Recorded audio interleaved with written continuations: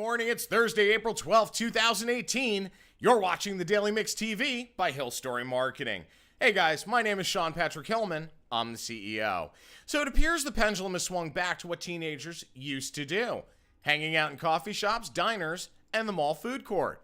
Now, according to Piper Jaffray's 35th semi-annual Taking Stock with Teens survey, teenagers are really into food again over fashion.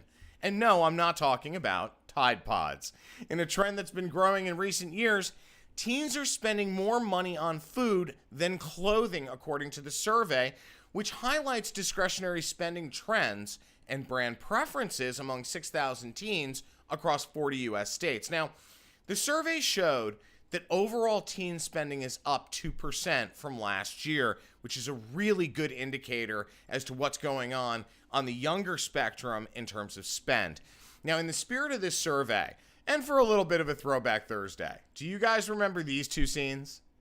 It's my party and I cry if I want to, cry if I want to, cry if I want to. You would cry too if it happened to you.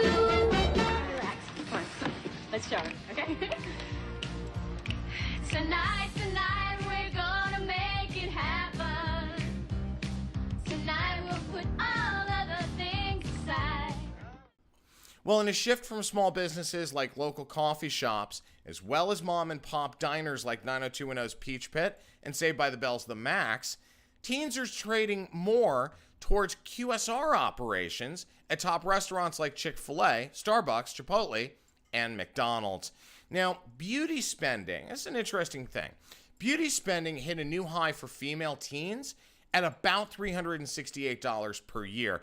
That's up 4% from last year, with the increase being driven by skincare. So it's nice to see, because I have a feeling education and parents taking more of a real role in this kind of situation is what's driving this. So you've got a lot of noise on social about skin cancer and what's going on with respect to exposure to UV light, and especially during the warmer summer months. So the need for higher SPF, a lot of teenagers, from what I'm seeing in this survey, are paying a lot more attention to that. So that's a really good sign to see. Now, on the apparel front, streetwear saw the largest incremental gains, led by Vans and Supreme. Now, the survey also found something very interesting. Time and time again, we've talked about how trends are cyclical. So, as an example, in my lifetime, I think I've seen bell bottoms come back 3 times in the disco era. I mean, come on, seriously? Bell bottoms 3 times in my lifetime? That's a lot. So now what we have is the 90s is coming back. So we just went through a whole era of 80s revival. Now we're headed to the 90s, and that's being led by brands like Champion and Tommy Hilfiger. Now, Tommy Hilfiger is doing about $8 billion per year in revenue, whereas Ralph Lauren, who has moved out of the top 10 brand list for males for the first time since 2002, is only doing about $5 billion. So, unfortunately, what's going on with Ralph Lauren's brand is it's stagnant. It's starting to go down. It's become very stale, whereas Tommy keeps refreshing his brand. He keeps going after new and engaging generations and customers to drive business. It's a very smart move. A couple of other highlights out of this survey. Amazon ranked as the top online shopping site, so that's not a surprise. What is a surprise is the second top online shopping site, Nike, at a distant 6% second. So Amazon's ranking at 44% with Nike at 6%.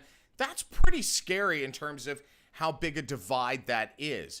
Now, Snapchat and Instagram, this is not a surprise, are teens' favorite social media channels. But last year I heard a lot of noise out of analysts that Samsung's Galaxy phones would be overtaking the iPhone with teenagers this year. Not true. The intent to buy iPhone reached a new high amongst Gen Z. 84% plan to choose the iPhone next, compared to 82% last fall. So you've got a lot of interesting little tidbits coming out of Gen Z. Remember, this is the generation that buys into core Generation X and baby boomer values while taking all of the best and brightest out of the millennial or Gen Y generation. Now, the old adage, what was once old will be new again, comes to mind, not just because of the last story, but because news that America's oldest continuously operating candy company may close unless it finds a buyer, and it was sparked by panic buying of one of its most storied products, Necco wafers. The previously unpopular candy, Necco's had a tough life. It was very unpopular for a long time, and it's been around since the Civil War. It has led the field of Necco products that are getting a second look, like Sweethearts, Mary Janes, and Squirrel Nut Zippers. You're talking about 4 very iconic classic candies here. So the interest follows a report that Necco may have to let go of its 500 employees as soon as next month unless a buyer for the company, not the candies, the company itself, emerges. Time and time again, when there's been an iconic brand on the block, a dark horse comes out of nowhere and acquires that entity. Now, from a brand value perspective, that's a big buzz phrase right now, brand valuation. The reality is, and it's being pushed out by, the popularity of things like Shark Tank as an example, but the reality is a lot of folks, when they're putting money into a company, whether it's an equity share or an enhanced loan, or as Kevin O'Leary on Shark Tank likes to do, royalty deals, that kind of thing, as you look at those kinds of operations, a lot of folks don't take into consideration the brand equity. So what does that mean?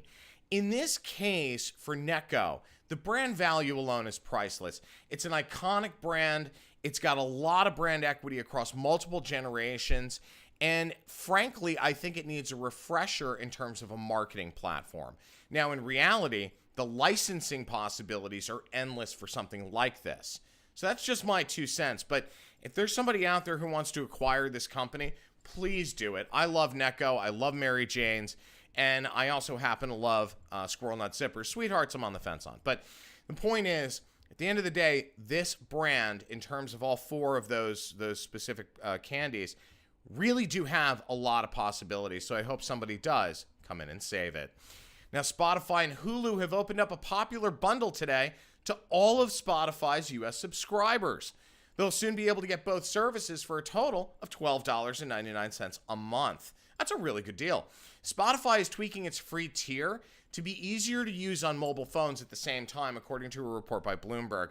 Now, the changes could give free mobile listeners more control over what's playing on a playlist and give them access to those playlists more quickly. Now, this is a very smart move for Spotify, because when you look at apps like iHeartRadio as an example, which I'm a huge fan of, how customizable it is, everything that iHeart has put into this app is brilliant, and they have begun to gain market share. So Spotify getting out ahead of the wave, very intelligent business move. Going back to the bundle deal, it's a $5 monthly discount to what you would pay for both of those platforms, Hulu and Spotify, separately. It combines a $10 Spotify premium music streaming subscription with Hulu's basic tier at $7.99 that still has commercials. Now, as an introductory promotion for this, the first month will cost $10.99 and the next 2 months are $9.99. It's only available to current Spotify premium members in the US, but this summer, anyone will be able to sign up for the package, according to both companies. Now, it's important to note, they did a test on this package last year with college students, and it was incredibly popular. Bear in mind, what's going on right now is that this is designed to help both Spotify and Hulu ramp up its membership numbers.